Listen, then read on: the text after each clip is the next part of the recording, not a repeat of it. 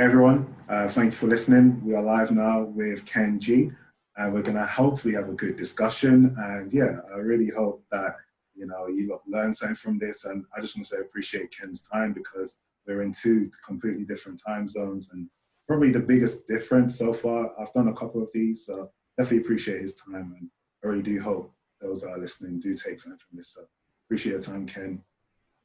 Yeah, thank you so much for having me. I'm actually sure that we're going to have a good conversation. So Cool. All let's get right. into That's, it. that's nice. Cool.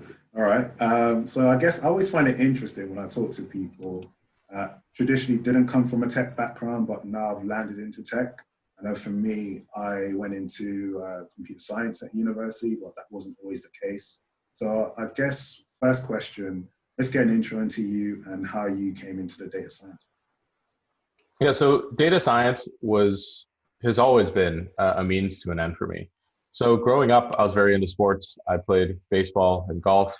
And those are the two things that really drove a lot of the decisions that I would make. So I went to college to play golf, and I didn't really care much what I studied. It was all for that end goal. And I realized that, while I was playing golf, I could actually improve my performance by looking at some of the data. So I started tracking my scores, I started tracking my performance, and I was able to incrementally improve because I knew exactly what to work on by looking at my numbers. Around the same time, I took my first economics course, and economics, you're explaining the world through trends and through data to a certain extent. So that really resonated with me, and that made me even more interested in exploring sports data further. So as I continue to progress on, I started looking less at my own data and started looking more at trying to predict the outcomes in professional sports. And that's when data science started really getting interesting to me. I realized that the tools that I was using to understand my own game, for example, like Microsoft Excel, they were not sufficient for predicting different outcomes in professional sports where you had a lot larger volume of data. So I started to explore with these a little bit. I started to tinker around, and I realized that, hey, I probably need to learn some of these more technical skills. I need to learn how to code. I need to learn how a database infrastructure works. I need to understand how these machine learning algorithms work to find out to answer the questions that I keep having, or that are burning in me that I need to understand. And so I went to grad school the first time for business. I was like, hey, this is still teaching me some statistics. That'll probably be enough to get by. We were doing stuff in SPSS, which frankly is pretty much useless. And then after that, I started learning some programming, some Python, some R on my own. And I was like, hey, I need to learn even more of this. This is not even close to being able to solve my problems. So I ended up going back to get my master's in computer science. Around the same time as I was doing that, I started working in my current company, Scouts Consulting Group, where we help improve the performance of athletes and teams by analyzing the data that's collected on them. So I was in a very unique situation where I was learning all this stuff in school, and I was able to apply it in my work, where I was solving the exact types of problems that I was really fascinated in. So all the things that I was learning, I was able to turn them around, again, use them as a tool to answer the questions that kept coming up in my life.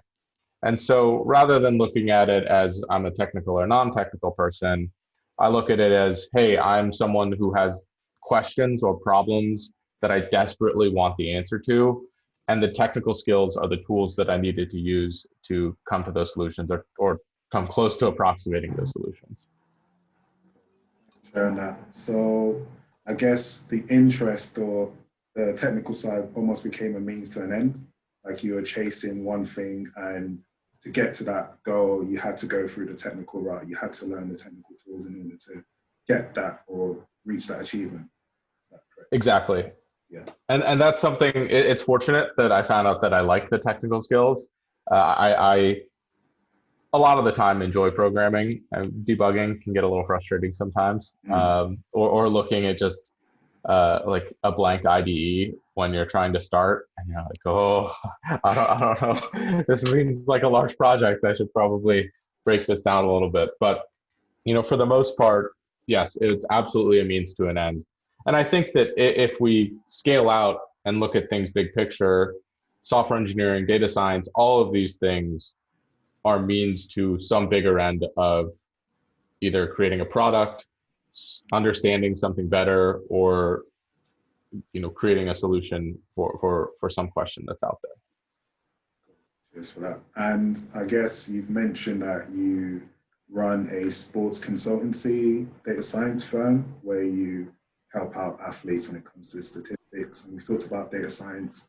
Maybe we can step back and talk about what actually is data science for people that are listening. They might be students, for example, or just generally interested in data science. So maybe explain what is data science. Yeah, so data science is, at the most basic level, you trying to solve a problem with advanced tools. So advanced tools are math, programming, and business logic. So you're combining all three of those disciplines to come to some answer to a solution. Usually you're dealing with quite a bit of data. So you're trying to understand trends, you're trying to build models to predict or to find similarities or to break down some of the inefficiencies or complexities of the data. Cool. And now we've talked about what is data science. Let's talk about the power of data science. So I know we've touched on sports, and maybe we can go into that, and then we can talk about finance as well, just because I know you're interested in those topics and I'm interested in those topics as well. So let's start with sports, and how could we use the power of data science when it comes to sports? I know you wrote something some time back about using Python, I believe, when it came to NBA games. You wrote a blog about that. Give you an alley-oop. Maybe that's what you want to discuss, or maybe you want to talk about something else. So, yeah. Yeah, so in sports, data science can be used in three main ways. So the first way is improving the performance of athletes and teams. So we look at the data that they've that has been collected on the players, and we can say, hey, you should shoot more three-pointers from this part of the court. That'll increase your chances. You're very efficient from there. Something about either the range or the looks you're getting from that part of the court, you're just scoring more. Your points per shot are way up.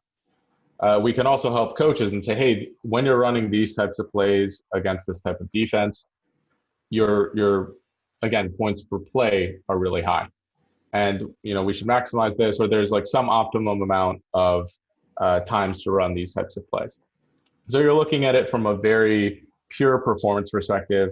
This all goes into the bigger picture of creating more wins for a team. That's what teams care about. It's all about, do we get to the playoffs? Do we win a championship? Do we get more wins? And that's kind of that one branch. Attached to that branch is the business side of sports teams. They want to get more butts in seats. They want to optimize their ticket prices, so they're maximizing revenue for each game and their ad spend and all of these things. So that's a whole nother thing that doesn't touch the specific, the what's going on the court or the field. That touches the the commercial side, which is a huge part of it, and there's probably more jobs in that part of it than there are on the sports performance side. You also have the media side. So we're continually trying to make sports more interesting and more understandable for the fans. So in the broadcast, they're sprinkling in quite a bit of data science or quite a bit of statistics to help the to help the fans understand what's going on. You see awesome visuals, you see live metrics of how fast a player is running down the pitch, whatever that might be. And that's a bit more of a storytelling, exploratory side of data science. The last type is when you're trying to predict outcomes of individual players or teams. So there's this huge market of daily fantasy sports where I can pick a team of players that I think will play well, and I compete for real money based on the performance of these players. There's also sports gambling where you can bet on sports outcomes, which is, in my mind, one of the purest types of problems to test your data science or your analytic abilities. Can you perform better than the general public?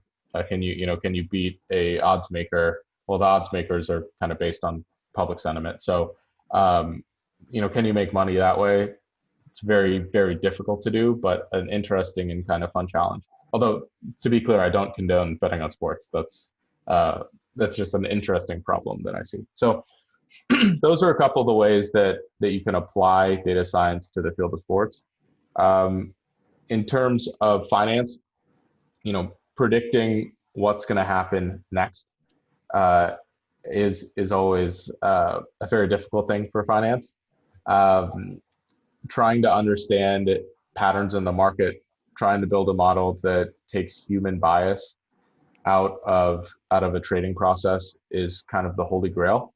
And I think some people have done it at scale, but what a lot of people don't realize is that with finance, with even sports betting, the only way to really be profitable in the long term is to do this at very large. Well, I shouldn't say that.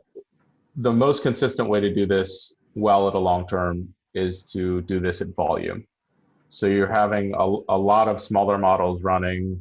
You're making a lot of bets with slight edges, because the odds of you still losing any one bet or any one trade are pretty, you know, it's realistic. You know, a great sports bettor wins maybe, an incredible sports bettor wins 60% of their bets, right?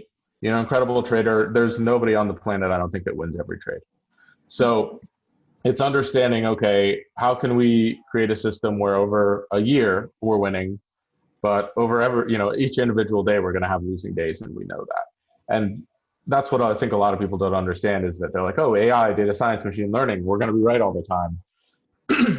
No, this whole field is probabilistic. You're trying to create enough small edges over time, you know, whether it's betting or whether it's in your company, to be successful again over this long term. Yeah, and that makes real sense, because I think people just assume you've got like an algorithm and that is all you need, but then you forget it's people that work with these algorithms, and people underestimate how much human error happens and how much human interactivity is a factor when it comes to things as well. So you just assume an algorithm will solve everything, but that's not necessarily the case. You think that outcome's going to happen, and it just doesn't, because someone might be ill on the day, for example, or someone might not be feeling 100% in a sports game, for example. So yeah, I think it's definitely interesting and definitely good to preface it by saying it's not always the answer, because like you said, even the best people don't win all the time. Yeah, well, another thing that's important to consider is that algorithms are only looking at, for the most part, looking at historic data. And so the world changes. Every day is fairly unique. There are trends that change over time. You know, look 10 years ago and say, how popular is data science? Data science has boomed in popularity since then, but a model trained on that data then could not have predicted a month later how much data science would be mentioned in the news or whatever that might be. So we have to continually update these models so they at least have a somewhat realistic picture of the world. Because, you know, frankly, models they're a little bit stupid. They're only good for the information that they get. So if the information changes, if there's changes in trends, they can't usually pick up on those things. Yeah, no, that's true. And it's actually quite interesting the way you broke down the sports side, and when you're talking about the fact that you work out where you can be for NBA, for example, position of players and what statistically will be most likely successful for them, shooting the free throw, for example, or just other sports where you can pinpoint positions and statistically you're more likely to get a better outcome. And there might be people listening to this thinking, oh, finance is really cool, data science, and sports is really cool with data science, and want to get started in data science. So my next question, I guess, is, and I guess this is you're the perfect person to ask this, because you recently did a video where you said you're starting all over again. So imagine, so I've got a network called SkillStruct University with students, and a lot of them are like technically minded, but they're not necessarily having the experience of the real world. So how can you explain to people, I'm new to data science, how can I get started in this? So the first thing I would say is definitely check out my YouTube channel. No, I'm just kidding. No, for sure, man. It's getting started, I think, is a lot more of a mental block for most people than it's more of a perceived block than a real block. The best way to get started with any of these things is to figure out a problem that you have and to just try and get your hands dirty coming to a solution. So you should use whatever tools are the most practical for coming to that solution. So a simple data science problem, maybe building a regression to predict how many points your team will score in the next game. That can be done in Excel. That can be done with pretty basic data. There's no need to like overthink that. You don't have to build a pipeline. You don't have to build a front end. You can just build a tool that does exactly that. And then let's say, oh, I want to expand on that. You can just iterate on it a little more and iterate it on a little more. And then you have an increasingly improving model as you go. And so I think that the best advice I could give anyone with getting started in one of these fields is to just jump in and experiment. I mean, you should also go in with the perspective that, hey, I'm probably not going to be great at this at first, but nobody is. I mean, once you get past that barrier, learning data science, learning software engineering, learning any of these fields is really not that hard. There are steps you take. There's incredible resources online. Another thing that I would kind of hazard people is don't worry about what resources you're using. Choose one of them, find one you like, experiment with the resources, but you're not going to be making the wrong choice by going with one resource over another. You know, learning by definition is additive. So just because you learn one thing doesn't mean you learn from one course, doesn't mean you can't also learn from another course and take it later. I mean, these things, I see so many people stressing about like, oh, what course should I take? What course should I take? It truthfully doesn't matter. You're probably going to take, you know, over your lifetime, 50, 60, 100 different courses, right? So are you going to be thinking about all, you know, oh, did I make the right choice with all 50 of these when, you know, when you're a senior data scientist ready to retire? Probably not, right? Of course not. Yeah. But yeah, go ahead. No. I was going to say, yeah, it makes sense. Yeah. So continue. Yeah, I mean, those are the main things. On my channel and a lot of the things I talk about, I really stress creating projects.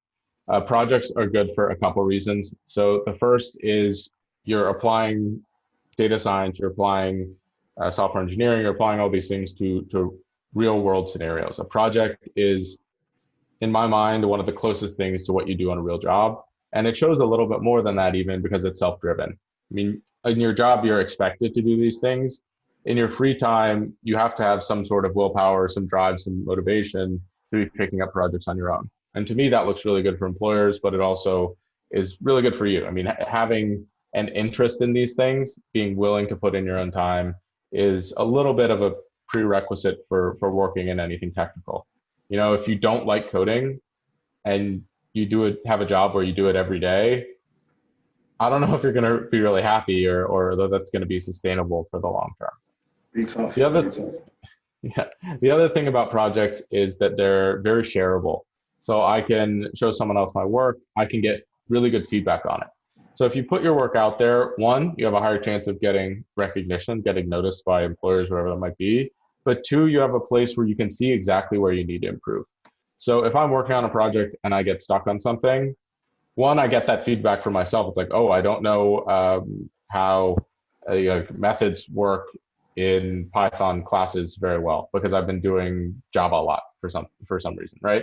And I'm like, oh, that's an area I clearly need to improve. I can write that on my list of things to learn because it's, you know, it's teased out in that way. The other thing is if someone else sees this project and say, hey, why'd you do it this way? This way might be more efficient. I'm learning something that I wouldn't have necessarily known from my own observations, right? You're getting that outside input to show that, hey, you know, you don't know what you don't know, and this other person is bringing in additional insight that can help you improve and think about some problems differently. The last way that I really recommend learning this field or any technical field is to look at examples of what other people are doing. So Kaggle.com is a great website for data science. There's a ton of data there. There's also a ton of people's kernels. So what a kernel is they have a workbook where they've analyzed the data set, and you can go through and look at all of the code they've written. A lot of the times they comment it very well, so you can see what they were thinking at each of these steps. And one, you get familiar with the packages that are used, you get familiar with the syntax, you get familiar with the thought process, but you also start to build intuition about, okay, I think this person is going to use this technique and at this when faced with this type of like exploratory analysis. you really begin to create this kind of mental map of data science through examples. And to me, that's relatively low effort too. I mean, you should always be trying to apply these things, but just looking over someone's code, even if you don't understand it, um, it's just reading. You know, it's input. You don't even need the output for that portion of learning. But again, I should stress that you want to be applying those things at some point in the very near future. Cool. Thanks for sharing that. I guess you touched on Python a little bit, or you mentioned Python, Java. So that describes a bit of the tooling that you use in data science. Maybe expound on like the kind of tools. So again, someone starting out, what kind of tools or programming languages are to be expected, or should you be learning if you want to gain? Yeah. So the main programming languages for data science are Python and R.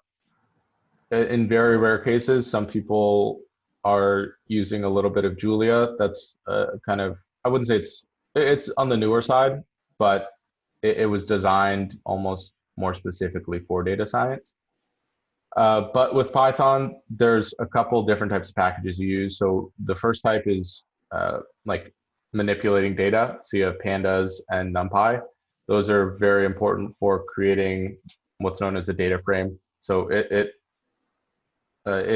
works almost exactly like just an Excel file where you have all your data in a grid, but it's easy to work with when you're using these models. The other type are visualization packages. So you have Matplotlib and Seaborn. And then you have some of the algorithmic packages where you're using scikit-learn, which has a lot of the algorithms that you use. TensorFlow or Keras, which is for deep learning. And there's a couple other ones in that realm. The last part, which is probably not something you want to start with, but it's about creating pipelines kind of on the like a DevOps side, making it so that your models are able to be used in production or they're reproducible. So a lot of the time data scientists are using, AWS, they're using like software engineering infrastructures like Docker, to create containers and make sure things run perfectly well on different machines. Also Kubernetes, you're creating these flows of data so it's handled properly every time. In data science, if we're producing a model, we want it to function almost exactly like a RESTful API. And a lot of the time we just turn them into RESTful APIs. So we get a response and we get a request and we return a response with the data that the predictions of the model. And so I guess that's kind of the gambit of the tools. In R, you have a lot of similar things with visualization, with the model packages, whatever that might be. But I would hope that those kind of groupings of tools make sense to everyone. What is hashtag 66 days? What does that mean? So it's 66 days of data is the big thing. And so for me, I am a big believer that if you want to become good at data science, you want to become good at software engineering, you want to be good at a technical skill, it's not about putting a lot of time in up front. It's creating very consistent habits of study and learning it over the long term. You're not going to become a data scientist in 6-9 months. It's probably going to take upwards of a couple of years. And so what you want to do is make sure that you have a system, habits in place that help you to constantly learn and improve. And so with 66 days of data, it's a pretty simple initiative. Every day for 66 days, you have to learn data science for at least 5 minutes a day. And that, if we're doing just 5 minutes a day, you're expected to do more than that, obviously, but you're very unlikely to miss a day if it's only 5 minutes. You can watch a YouTube video that's 5 minutes long. If you're like, oh, it's 10 p.m. and I forgot to study today. It's not overwhelmingly difficult to stick to it for a long period of time if the threshold is very low. The other part is sharing your work. So we want to make sure that we're documenting our progress to be held accountable by our peers. But we also want to get in this habit of sharing our projects and sharing our thoughts, because that's how we, one, to grow a network, and two, that's how we create a portfolio or create some substance around what we're doing. So, those three things of, okay, a habit of working, being held accountable, and creating a track record, showing other people what we've done, are all things that I believe are integral to success in data science, as well as almost any other thing that you'd like to do. Awesome. And this initiative, is this something you started, or did you get this from somewhere else? Or is this? So I definitely got quite a lot of inspiration from 100 Days of Code. I also found out that there's another initiative called 100 Days of ML. So I would like to give them credit. I chose 66 days because 66 days is the average amount of time that it takes for someone to establish a new habit. And I really wanted to be focusing on the habit and setting the threshold relatively low. A lot of these other initiatives, they expect you to work for an hour on this stuff every day. And I think that because of that, there's probably a lot more attrition than something with a slightly lower threshold. Especially for someone new to programming or new to data science, at least for me, it would be very hard to focus that much each day consistently because I'd just be very overwhelmed. There's quite a bit to learn. Sometimes breaking it into far smaller pieces is one way to very effectively learn something. Okay, cool. And what day are we on? I haven't made my Twitter post yet, but we are on day, I think it's 27. No, 28. Yesterday was 27. Okay. So it's And been go on. it's been a pretty fun, wild ride. I mean, we have over, I think, 2,000 people in the Discord server.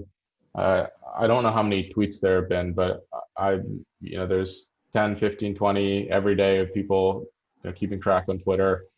And I'm really excited that so many people are engaging in the Discord or really talking about this and helping each other out. I think that what a lot of people don't realize is that if you put your questions out there, if you're engaging with the community, people really respond and they're willing to help out and they're willing to answer questions that you might even think are kind of stupid. So hopefully these habits will last anyone that participates for a long time. And I have a video on my channel. Hopefully you'll link it about what the initiative is about, how they can get involved. You don't have to follow along with me. You can start whenever you want. I'll probably do another 66 days, maybe a month or two after I finish my first, just because I want to continue creating these habits for myself as well. Cool. And you talked about Discord and having a network of people and getting people to support. And actually, I can attest to that as well. Just putting yourself out there and asking those questions. I know when I started developing, Stack Overflow was a good resource for me whenever I wasn't sure about anything. So there is a great community when it comes to technology. And whenever you are stuck with something, just putting yourself out there. And no matter how dumb you might think it is, you normally 9 out of 10 do get someone to respond like, oh yeah, I remember that. And so yeah, it's definitely important putting yourself out there. And to expand a bit on the stuff you do in terms of creating that platform and enabling people to give back. I know mentorship and giving back is something important to you as well. And obviously what you're doing with hashtag 66 days of data does help you, but it also helps a lot more other people. So I guess my question is, what is the importance of mentorship and giving back to you? I think mentorship is really important. Something that I don't feel I can effectively do is individual mentorship, which is very valuable. But at the same time, my goal is to set up systems that can provide strong elements of that. I've never had an individual mentor, but I've read so many different biographies, so many different books, so many different resources of people that were further ahead of me in either personal development, life development, health, whatever that might be, that I felt that I was able to really learn from them and kind of look up to them. And there wasn't any fluff around it, right? I didn't have to feel like I was wasting someone's time. I just bought a book or bought a course or whatever that might be, and I was able to learn from them. And hopefully I'm able to create at least some of that feeling without as much personal touch, through making videos that have all of the things that I wish I had known when I was learning data science, or creating this Discord where I'm hopefully helping people create a network or maybe find someone that's just a little bit further ahead of them. Something with mentorship is that, as I've been in data science for, I guess it's almost 5 years now, I can't necessarily relate as well to someone who's just starting out as someone who's maybe a year in instead of 5 years in. So finding a mentor who's just a little bit ahead of you, or a friend who's a little bit ahead of you that can help you out might even provide more value than going straight to me, because I am not going to be able to relate as well. This person just went through what you were going through. It's fresh in their mind. And you're almost not that far apart where you could probably work on a project together and you could get hands-on experience with that person. So I think that mentorship is very important. It's something that hands-on mentorship is something I've personally kind of stayed away from, because I know that I would get way too invested with individuals, and I wouldn't be able to create some of the broader impact that I hope I've had. And I think that the last thing with that I've kind of touched on is that you should be focusing on mentors, and treating them like friends. Like it's a give and a take. It's a relationship. It's not, hey, will you be my mentor and give me all of your time, and in return you get like maybe some good feeling about it. That's a lot of time that someone's investing. You know, try to make give as much value to them as possible as well. That doesn't have to be financial. It doesn't have to be anything, but if it's helping them move or something, helping out with some data collection if they're working on a project. Any mentor that I have is someone that I consider a friend, and someone who I'm always trying to help out. Creating value, or presenting new business ideas, or if I hear a really good stock tip, I'll try and forward it along to them. These are relationships, and they should be treated as such. Fair enough. That's cool. And I guess leading on from mentorship, because I think it is definitely important, and I know just giving back your time is important.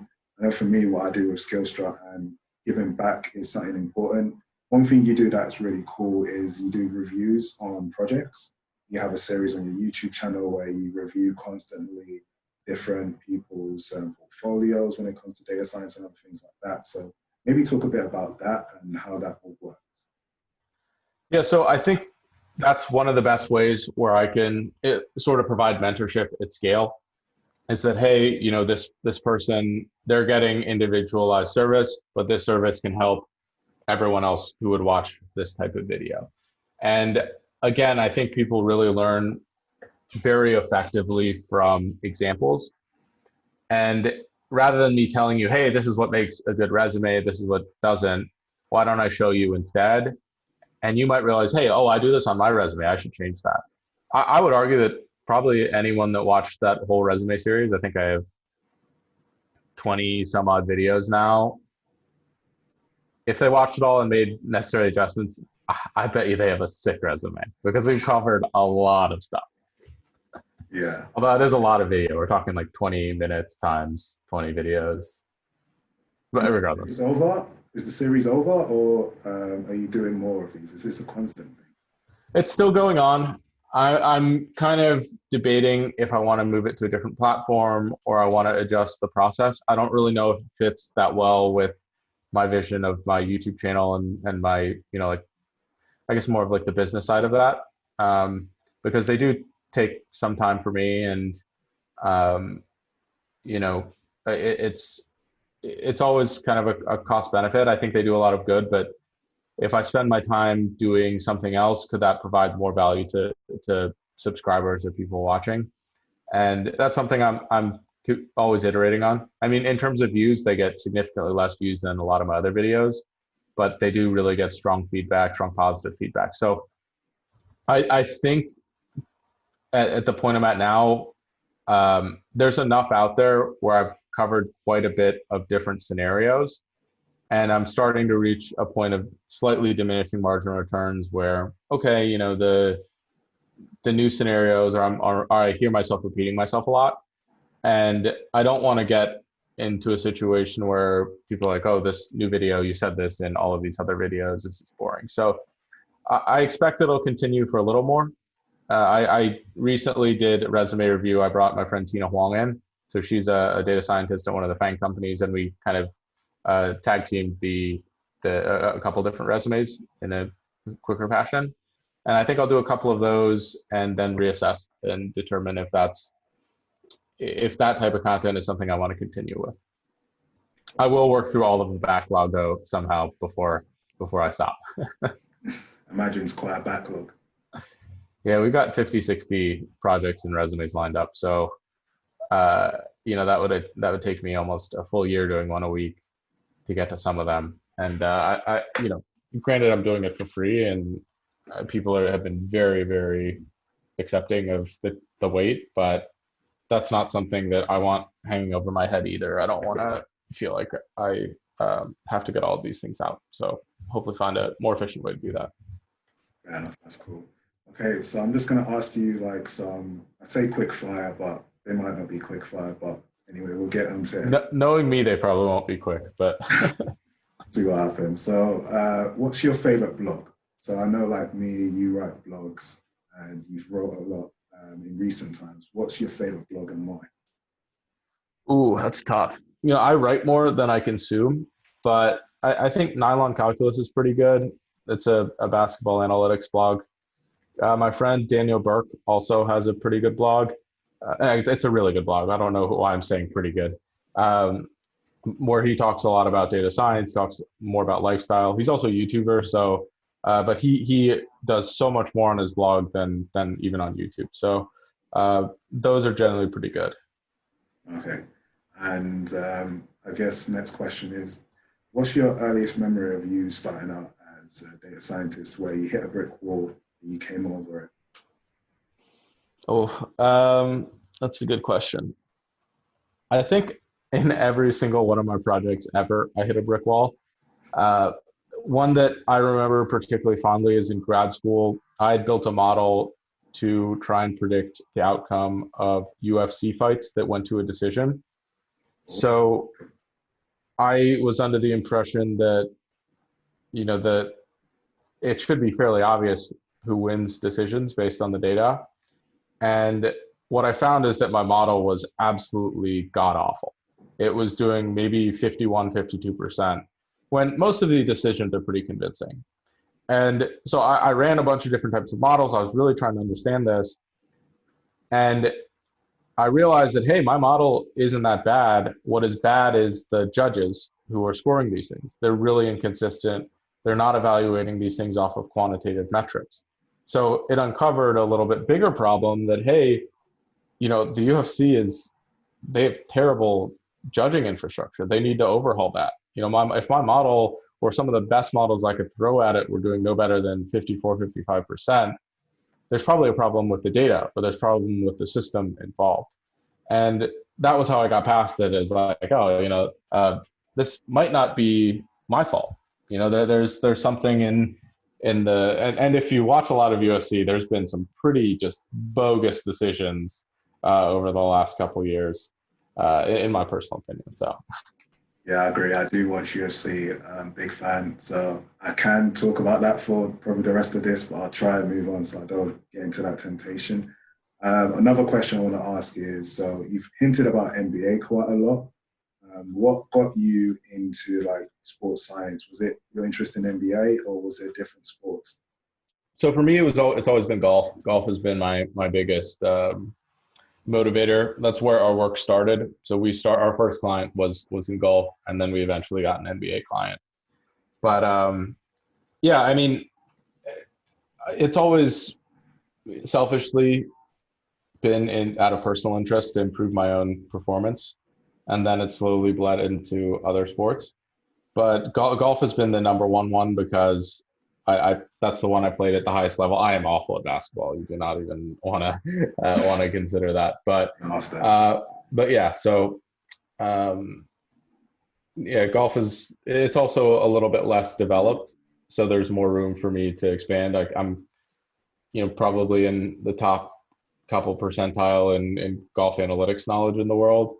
In terms of basketball knowledge, I doubt I break this 70th, 80th percentile, just because it's so much more saturated.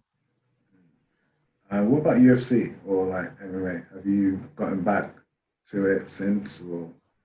I haven't done as much with it recently. I would like to do more projects on it. I'd wanted to build a robot judge for it, where we'd be looking at all the data and we'd have, rather than judges scorings, the outcomes would be predicted or would be determined by consensus or by like media personalities who are watching it not right there. So it'd hopefully be a better predictor of if they won or not.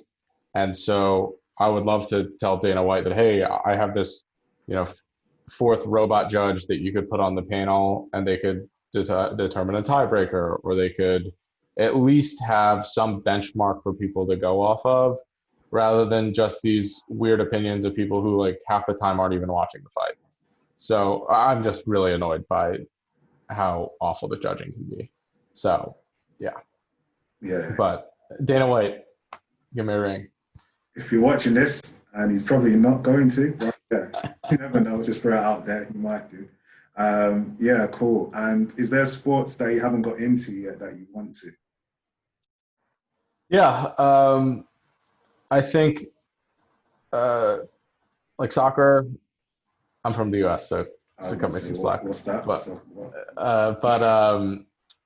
Cricket is something I have no exposure to, but a lot of people are asking me about it. I mean, I've never even watched a cricket match, I guess that's what you call it. So, yeah. Those are a couple sports that haven't been on my radar that I think are very interesting. There's a lot of opportunity in, and that's part of my, I guess, like my bias being from the States is that I don't have exposure to all of the different incredible sports that are out there. So, yeah, those are a couple that if I have more time, which probably won't at this pace, but in the next couple of years, I'd really like to at least learn from people who are in the field, or talk to them, or do interviews with them, because that's very different than, sports have a lot of similarities, but those are ones that they're kind of new mysteries to me. Cool. And let's move on to a bit more about you and your sort of YouTube channel. Let's talk about the kind of content that you do. And obviously, it's the reason why I wanted to do this conversation. You do a lot of data science stuff, but maybe you want to expand on the kind of stuff you do on your channel specifically. Yeah, so I have a couple of different types of content on my channel. So one is more commentary about the data science field, how to break into it, what it's like to work in that field.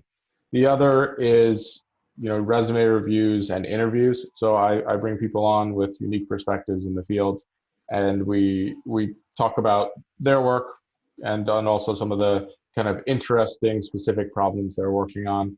And then the last type of thing that I do is I have some of my own projects, or I have project tutorials where I show you my process for attacking problems.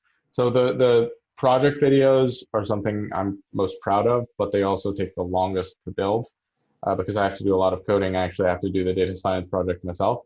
So those are something I'd like to focus on a little more in the future.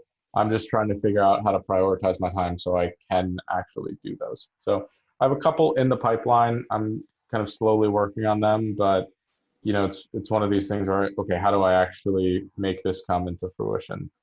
But my channel was started because I wanted to have a place where I could compile all of the things that I wish I had known when I was starting in this field, when I was learning this field, when I was tackling specific problems. And hopefully, my experience or the things that I've learned is useful to other people. I'm no expert. I'm just kind of talking from what experiences I've had, and hopefully I bring in other people who are experts to shed a little bit more light on some of the patterns out there. Cool. And since you touched on projects, what's the coolest project that you've done so far that you can talk about? So I don't know if it's the coolest project I've done, but one of the ones I'm most proud of is the data science project from scratch series that I created for YouTube. So I went end to end and built out this data science project where I scraped data science salaries from Glassdoor, and I built a model to predict them, and then I released it as an API. And I think that is so meaningful to me is because that's the one I've shared the most, and that's the one that's gotten the most traction. That's the one that people have been the most excited about because, I'm taking that work and I'm showing them, I'm peeling back the layers. I also, in that one, I included a lot of the places where I messed up. I included a lot of the places where I got stuck. And I think it's really important to note for anyone that data science is an iterative process. Software engineering is an iterative process. You're going to be constantly getting stuck. You're going to be going to the documentation. You're going to be going on Stack Overflow. You're going to be live problem solving. And it isn't as pretty as you see in some of the other projects that I've done where everything just works. That almost never happens. So this one I thought was a very real representation of what data science is like. And people can follow along if they want. People can actually do the project. So to me, that one had some of the largest impact of any of the projects that I've done. And that's why it means so much to me. Cool. No, that's great. Yeah, so when I say cool, I mean cool to you. So that could be subjective. So cool. I guess what else did I want to mention?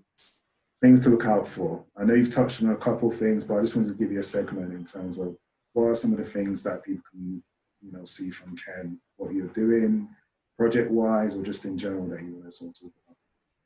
Yeah, I have some awesome interviews coming up. I think that's something that in the last couple of months, I've been really focusing on getting different perspectives from the data science community. So we have FANG data scientists, we have people who just got their first data analyst job. There's a lot of diversity, and we have people from like one of the directors of AI at NVIDIA came in and she talked about all of the stuff they're doing with their research. So there's a lot of diversity within the space, and there's a nice hybrid between, hey, this is somewhat technical, this is somewhat motivational, and this is somewhat of a how-to guide to break into this field or to learn some of these things. So I'm hoping that having these conversations is kind of deconstructing data science and making it more accessible to anyone that watches. Cool, awesome.